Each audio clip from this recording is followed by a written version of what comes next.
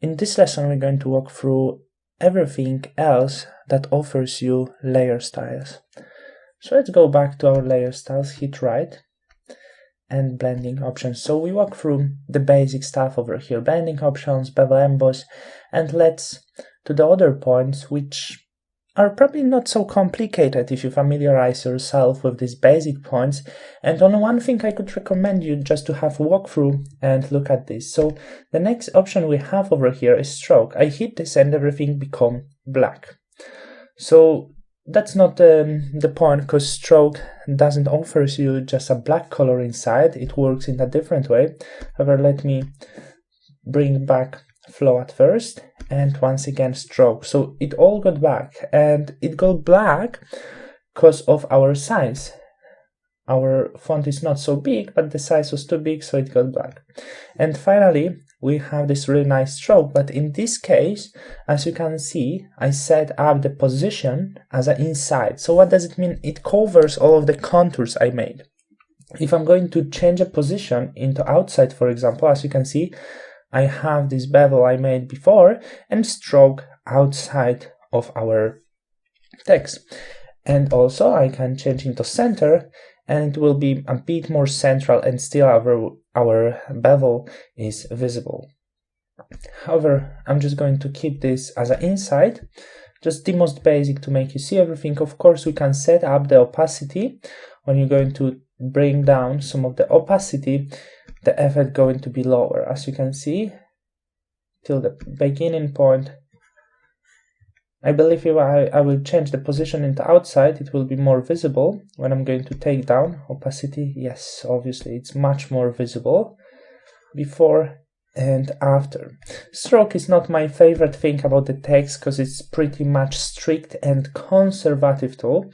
However, also we can set up the color for our stroke into anything we want. So it's for sure very useful if you think about some effects, and especially when, for example, you're going to create something on this image. When you're going to add some image, I'm going to show you. Let's browse in Bridge, and to show you for which things I often use in this, for example. So just a random picture. I'm going to hit open. Open image, and I'm going to make this really small size. So let's set really small size, and then I'm going to move this and drag this actually to my project by move tool, of course. And as you can see, it's pretty much flat at the moment when I move this over here.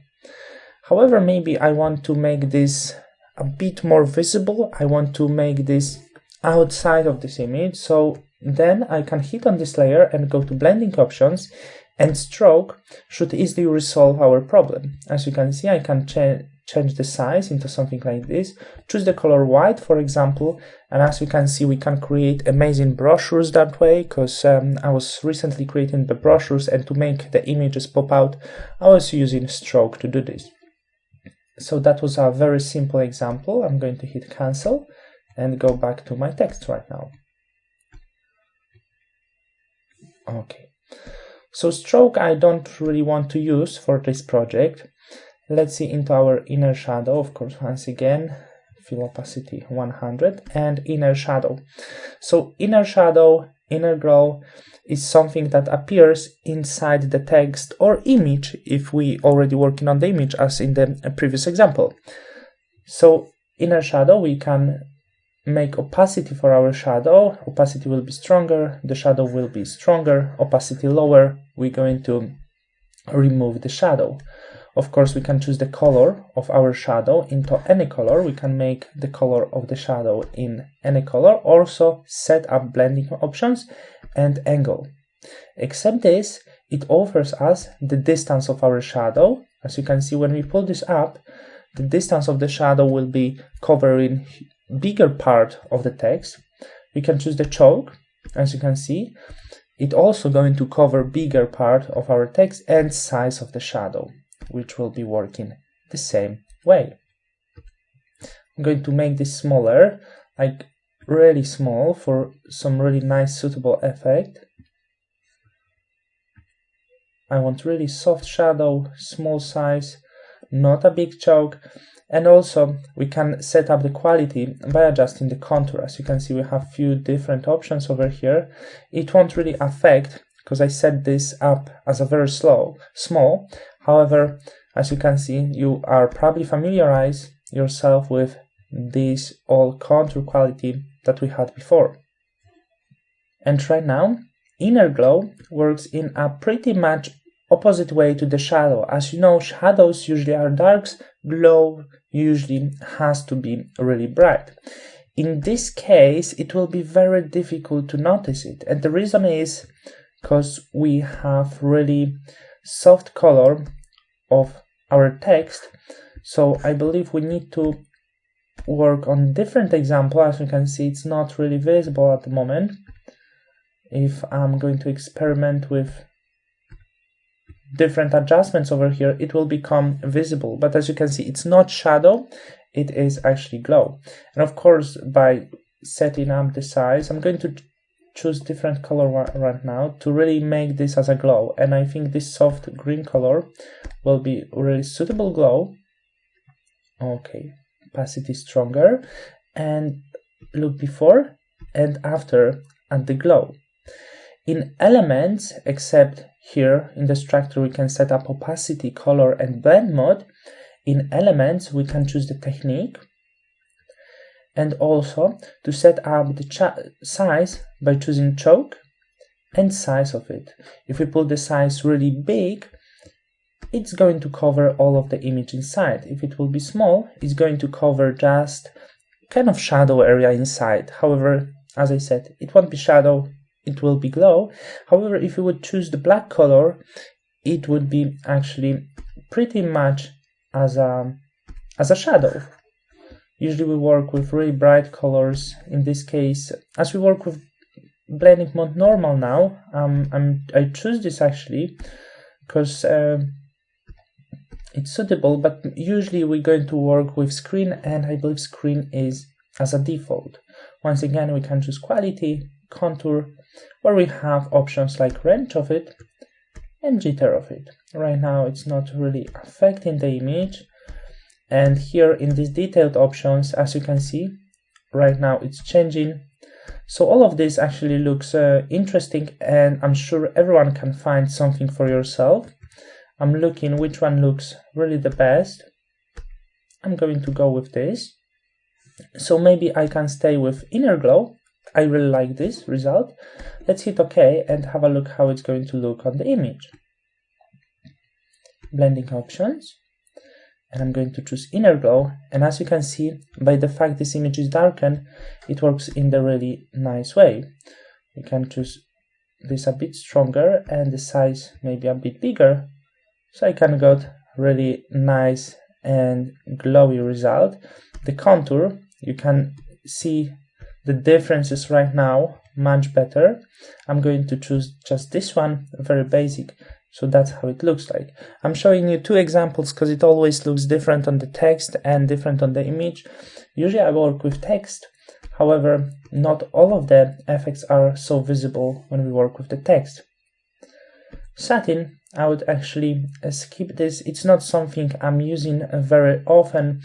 As you can see, it's very basic here. We can set up the opacity, blend mode, angle of the satin, distance and size as well, and contour. So by manipulating this, we can choose in the satin. Black color is not really suitable for it, so I would go with really white color. And these options like color overlay, gradient overlay, and pattern overlay are very similar. And it's nothing more like just choosing the color. In color overlay, we can choose the color of the filling of our text, just color of our text. So we can change this anytime. If we don't like our basic color at the first play, we can just play with this, manipulate, and choose any color we want.